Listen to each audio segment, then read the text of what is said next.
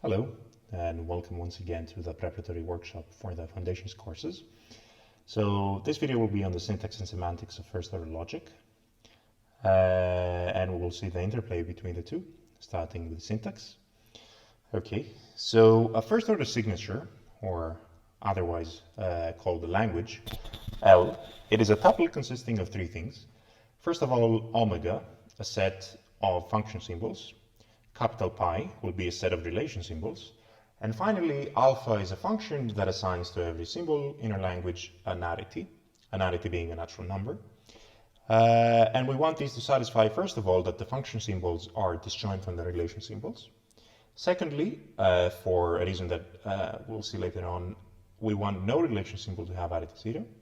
And finally, we have this special symbol which will intuitively denote false, but we call this bottom. And we want this to neither be a function symbol nor a relation symbol. So we kind of preserve this special symbol for a particular purpose. Okay, so given this, we define the formulas of our language. Now, the formulas are sort of very strict kind of syntactic objects, meaning that they're sequences of characters. And these are built with very strict rules. But you will see that essentially we're not really interested 100% in these sequences of characters. What we're interested in is what these sequences of characters represent and how they may be interpreted. So let's first see the rules that produce these words, essentially.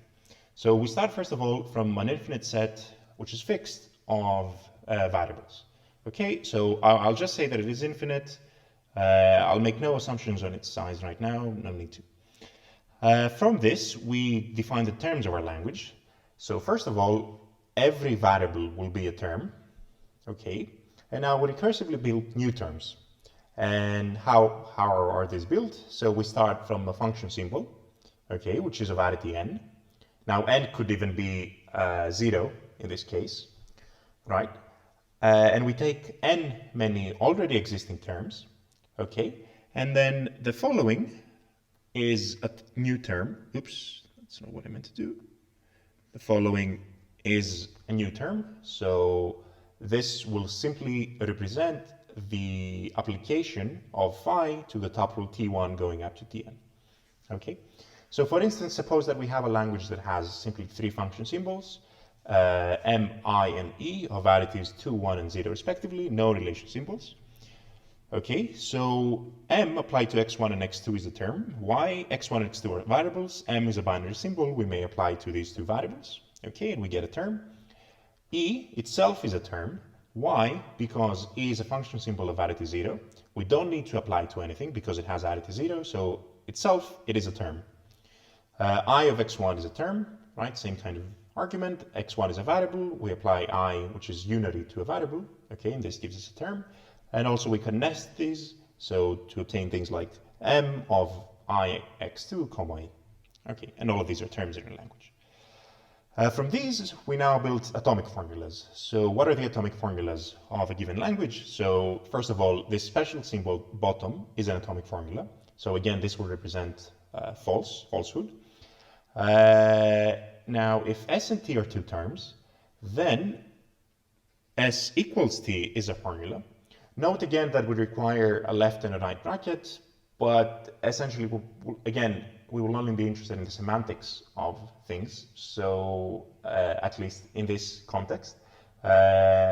So technically, you need to put the brackets in the right place, but of course, right, you will see that this is not the important part. The important part is not the sort of strictness of our syntax and of our rules that produce these words. Okay, and if R is a relation symbol, say of arity n, and we take n many terms, then the following is an atomic formula. So this essentially says that R holds of the tuple t1 going up to tn. Okay. So an atomic formula, you can think of this as a statement, whereas a term is sort of an object that statements talk about. Okay, So T1 and Tn, going up to Tn, these being terms, these are the objects. This is an atomic formula, so it is a statement about these n objects, okay? So for instance, say we have a language that has a single function symbol of variety 1 and a single binary symbol of variety 2. So f of x1 is equal to x1. This is an atomic formula. Why? Well, f of x1 is a term, x1 is a term, and so this should have brackets. So this gives an atomic formula. E of x1, x2 is also an atomic formula. Why? x1, x2 are terms because they're variables, and so we may apply them to this relation to produce a statement, but this is a sort of atomic statement. So this gives an atomic formula. And finally, we can nest these again, I guess, with terms.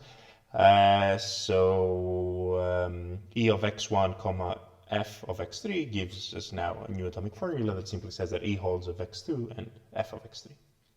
Okay, so from these kind of atomic statements, we can now produce full statements.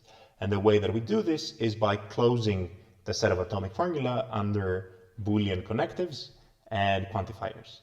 But we don't need to use all Boolean connectives and all quantifiers. In fact, it suffices to use implication and universal quantification because everything is defined in terms of these. So, to be more precise, okay, the set of formulas is defined as follows. First of all, every atomic formula is a formula. Okay, this is reasonable. And secondly, if two things are formulas, okay, then the formula that says that phi implies psi is a formula in our language. Okay, again, we need to be technically careful about the brackets, but practically it doesn't matter really that much. Now, if phi is a formula and x is a variable, then we can quantify over x, and this would give us a formula for all x phi. Okay, and what I was saying before is that we can define all standard Boolean kind of connectives and existential quantification in terms of the connectives I've given here.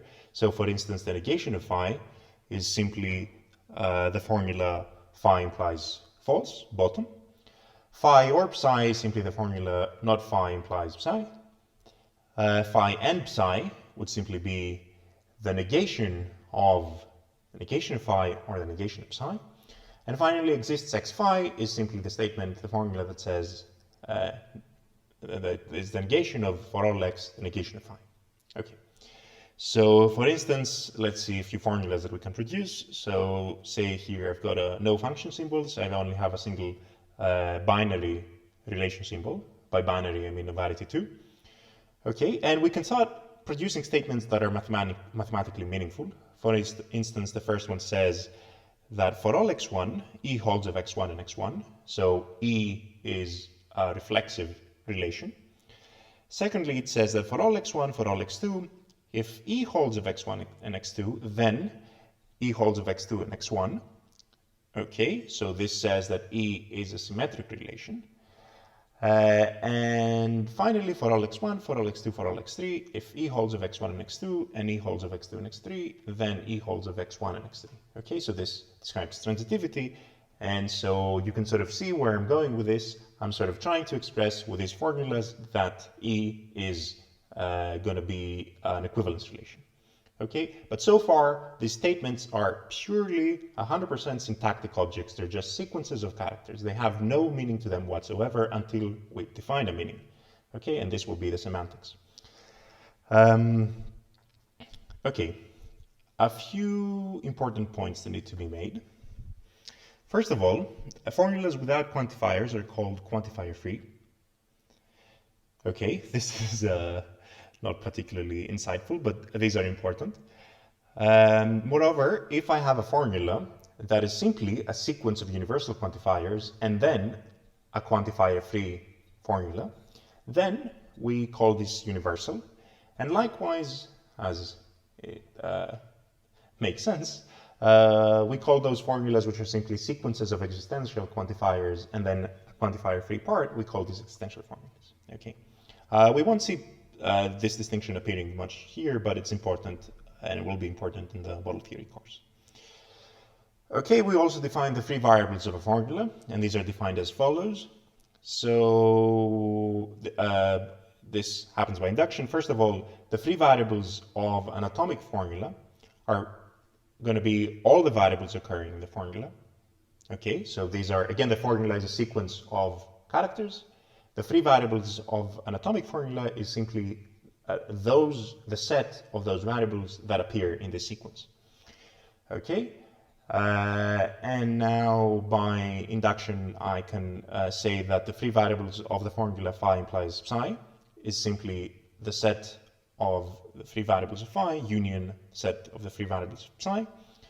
And moreover, the free variables of for all x phi will be the free variables of phi take away x. Okay, so the fact that x is sort of quantified means that x now occurs bound in phi. Okay, it's a bounded quantifier. So let's see an example. First of all, say that phi is the formula for all x1 exists x2 such that E holds of x1 and x2. Okay, so all variables in phi, they are bounded. Okay, so the free variables are actually going to be none, so it's the empty set. On the other hand, take a formula that looks very similar, only now I've changed the x2 in E to an x3. So the formula says for all x1, there exists an x2 such that E holds of x1 and x3. Now this x3 appears out of nowhere, so it doesn't appear in any of the quantifiers, and in fact it's not nested within a subformula that is bounded, that is quantified. Okay, so the free variables of phi are going to be precisely x3. Okay, and take chi to be the formula that says for all x1 there exists x2. If for all x1 there exists x2 such that E holds of x1 and x2, then x1 is equal to x2. Okay, so this might be a bit of a confusing example. It turns out that the free variables of chi are precisely x1 and x2, but why is that the case?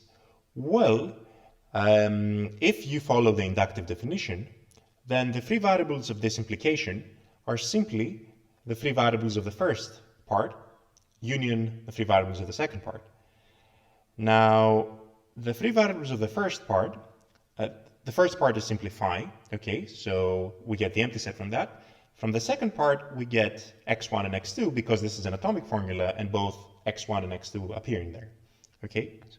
Oops, so technically I've also left the brackets here, which should be included.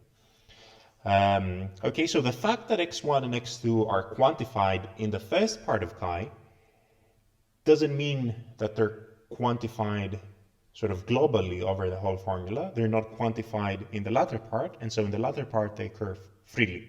Okay. Right. Now, henceforth we will use the following notation. We'll write phi x1 up to xn. So this kind of looks like a function.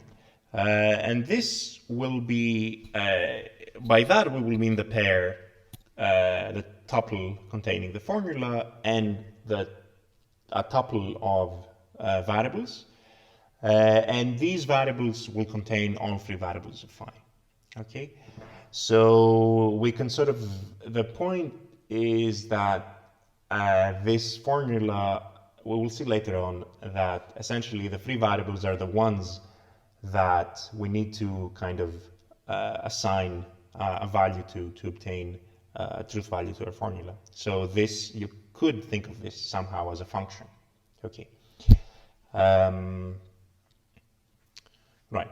Now, we say that a term is closed if it contains no variables, and we write CL terms for the set of closed terms. And the formula is a sentence if there are no free variables in the formula. Okay, so we write cent L, of course, for the L formulas. Okay, so for instance here, phi is a sentence, psi and chi are not sentences. Okay, because phi has no free variables, the other two formulas have free variables. Okay, and finally, an important notational point is that given a formula, phi, and a term t, we write this. So phi left bracket t dash x right bracket. For the formula obtained by replacing every free occurrence of x in phi by t. Okay, so for instance, let chi be the formula that we had before. It has two free variables, x1 and x2. Okay, and now what we want to do is that we want to replace every free occurrence of x1 by our term. Our term here is simply phi of x1. Okay, so we simply go to the formula above, we look at the free occurrences of x1, so this is the only free occurrence, and we replace x1 by what we've got here, which is phi of x1. Okay, so the result of this is the formula written down. Okay. Okay, let us move on to proofs. So informally, a proof system consists of a set of axioms and a set of inference rules, which are used to deduce statements in finitely many steps. Okay? So in this context, we'll formally define what it means from a set of formulas to prove a single formula. Our axioms in this case are going to be the following 7 axioms. So these are more like axiom schemes, meaning that P, Q, and R could be substituted in all of these by any formula whatsoever. Of course, for 5, 6, and 7, the assumptions on the right-hand side, written in blue, need to be satisfied. But all of these, if you try to interpret them in their natural sort of semantics, you will see that they're sort of tautological, trivially true statements, which of course it would then make sense to adopt as axioms, because we want to then, from these, which are sort of trivially true, to be able to deduce other true statements. Okay, so for instance, the statement that says that P implies Q implies P is obviously something that is sort of tautologically true. Okay, our rules of deduction here are 2. First of all, we have modus ponens, which again says something that is fairly reasonable. So from the formula P, and the formula P implies Q, modus ponens says that we can deduce Q. Okay, so fairly, again, sensible. And the reason possibly why it is sensible is because I'm reading the formula, this one, P implies Q, in its natural semantics. So from P implies Q and P, it's reasonable that one should be able to deduce Q. The second rule is generalization, which says that from a formula P, we can deduce the formula for all xp, and that is provided that x does not occur free in any of the premises used in the proof of P.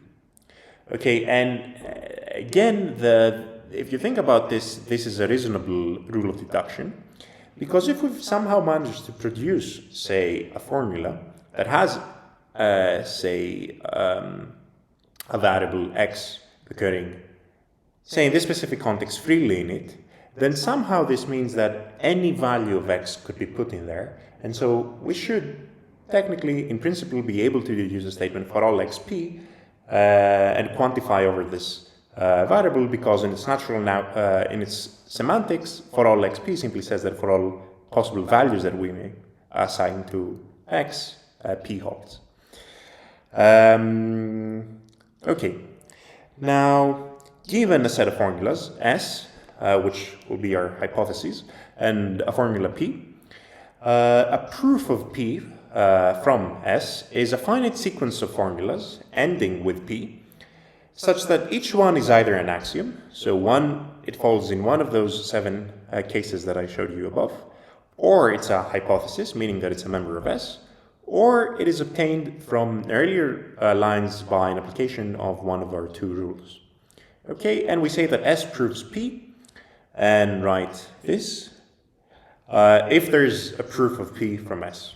Okay, so an example of this, in our proof system here, we can prove from the hypotheses x equals y and x equals z that y is equal to z.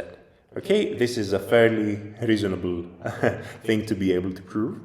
And a proof of this, so a proof of y equals z from x is equal to y and x is equal to z, is a sequence according to our definition above of formulas. It ends with y equals z, and each one is either an axiom, so we start from axioms, or it's obtained from earlier lines by rules of deduction. So for instance, we start with two axioms, so 5 and 6, and we apply modus ponens to get the third line, and so on, and we sort of use axioms or hypotheses. So for instance, line 6 and line 8 are hypotheses. And we use our rules of deduction to finally obtain what we want to prove, which is y is equal to z. Okay. And a theorem that applies to the proof system I've just described is the following, that if S is a set of formulas and P and Q are two formulas, then the following are equivalent. So from S, if S proves that P is equal to Q, then S together with P proves Q, and vice versa. If S together with P proves Q, then S proves that P implies Q. Okay, this is something that you've definitely seen in the Part 2 Logic and Set Theory course. It is, again, a very reasonable statement, but it is something that requires a proper proof. Yeah, but we will be using this here in this context. Moving on to the semantics. Okay, so as I've explained so far, a formula is simply a sequence of characters produced by our very strict rules. But this formula is supposed to have some meaning. And the semantics is precisely what happens here. It is a formal way of assigning meaning to our formulas. Okay, so suppose that we have some language L. By an L structure, M, we mean a tuple having three things. So, first of all, it has an unempty set. We'll use the same letter, M, which is the domain of the structure. Secondly, for every function symbol, it has an interpretation for that symbol, and that is simply a function from n to the power of n, or n is the additive of the function symbol, to m itself. Okay? So this is again a very sort of reasonable thing to do. The function symbol f is supposed to represent some function being applied to terms. The terms here will be interpreted as elements of our structure. And in order to sort of actually have a function, we need to somehow interpret this somehow. Okay, and a point that should be made is that, as I said, function symbols are allowed to have additive 0. These have a special name. These are called constant symbols. And if you think about it, a function from m to the power of 0 to m is simply a single element of the domain. Okay, so the interpretation of constant symbols are literally elements of our domain. Okay, and finally, for every relation symbol, I want to actually obtain a relation on the domain whose additive will be the same as the additive of the symbol. Okay, and the word that we use for these, which I've been using so far, is interpretation. So fm is the interpretation of f in m, and likewise for rm and r. Okay, now what we've seen is that the terms are sort of, they represent, as I've kind of intuitively explained, elements of our domain. Okay, but in fact, that is not 100% right. A term is also allowed, so phi, for instance, if we have a single binary function symbol, 5x1, x2 is a term. Okay, so somehow, with terms that have three variables, we need to actually obtain functions on our domain. Okay, and this is precisely what we do. So fix our language L and a null structure M. To each term in our language with three variables x1 up to xn, we associate a function, and this is defined as follows. So if the term is simply a variable xi, okay, then the interpretation of this term is the corresponding projection. Okay, notice that we've fixed the three variables. So in fact, it could be that the term is exactly the same, but if we consider this as a term ranging over a larger set of variables, then we get a different function. It's still going to be the projection, but it will be the projection, say, from mk to m, if k is the number of free variables that we're considering. Okay, so the set of free variables that we're taking is important. Okay, now if t of x1 going up to xn is some constant symbol, then recall that a constant is simply a function symbol of arity 0, then the interpretation of the term will be the function that assigns to n things the interpretation of this constant symbol. And finally, if t is a function symbol applied to, say, n different terms, ti going up to tn, then the interpretation of t is the function that assigns to the tuple a1 ranging up to an the value of the interpretation of the function of f applied to recursively the interpretation of each one of the terms applied to the arguments. Okay, this defines a well-defined function, and so for each term we may associate a function from the number of free variables of the term or the number of variables that we're choosing to kind of pick. So x1 up to xn could include variables that are a larger set, right, than the free variables of t, and we obtain a function in this way. Okay, so given an L structure M and a formula whose free variables are included in x1 up to xn, whose free variables are precisely x1 up to xn, and a tuple, we assign a truth value to the formula interpreted on the tuple A, and the truth value is either true, which is denoted in this way, and it's often read as M satisfies phi of A, or false, which is written in this way. And this truth value is assigned again recursively in the according to the following rules. So first of all, M should never satisfy false of any tuple, okay? Because again, as I've explained, false is supposed to, the symbol bottom is supposed to stand for false, okay? M satisfies the formula T1 equals to T2 applied to A if and only if the interpretation of T1 applied as a term applied to A is equal to the interpretation of T2 as a function, applied to A. Moving on to relations, so M satisfies the relation R T1 going up to Tn applied to the tuple A if and only if the interpretation of each one of the terms applied to the tuple A is in the interpretation of the relation symbol under consideration. Okay, next, so M satisfies phi implies psi for the tuple A, if and only if M doesn't satisfy phi applied to the tuple A or M satisfies psi applied to the tuple A. Okay, and finally, how do we interpret quantifiers? So M satisfies for all xn phi of a1 going up to an minus 1, comma xn, if and only if for all possible values, so for all an in M, it holds that M satisfies phi of a1 going up to an. Okay? So to give you an idea, consider for instance Q with a single binary function symbol, dot, and R with a single binary function symbol, dot again, and this dot has the usual interpretation of multiplication. And let phi of x be the formula with a single free variable that says there exists y such that x is equal to y times y.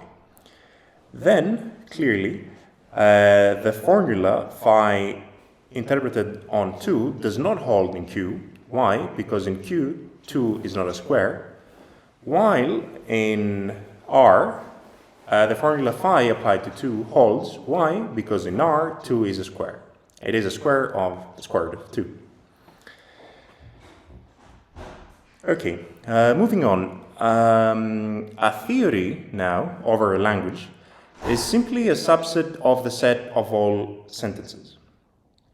Okay, given an L structure now, M, we write that M satisfies the whole theory, or M is a model of this theory, if M satisfies phi for all formulas in the theory. Notice that because these phi's are formulas, they have no free variables, so we don't need to interpret their free variables somehow. Okay, so given a class of L structures, C, we say that the theory axiomatizes the class if for all L structures it holds that M is in the class if and only if M is a model of the theory. Okay, and we say that in this case the T axiomatizes the class over the language. Okay, so for instance, you can consider the theory of groups. The theory of groups simply, well, first of all, I should specify the language. The language has three symbols. It has a single binary function symbol. It has a binary function symbol, a unary function symbol, and a constant symbol. The binary function symbol is multiplication. The unary function symbol is represents the inverse, and the constant is simply the identity, this E.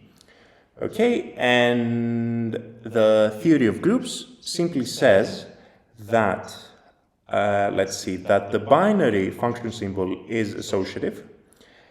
This is the first sentence. The second one says that E is an identity with respect to multiplication on both sides.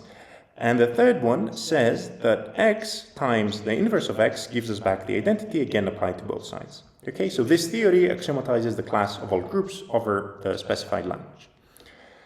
Okay, and finally, a last point that should be made here is that given a theory and a sentence over the language in which the theory is in, we write that the theory implies the sentence P if for all L structures that are models of T, it holds that these structures also satisfy P.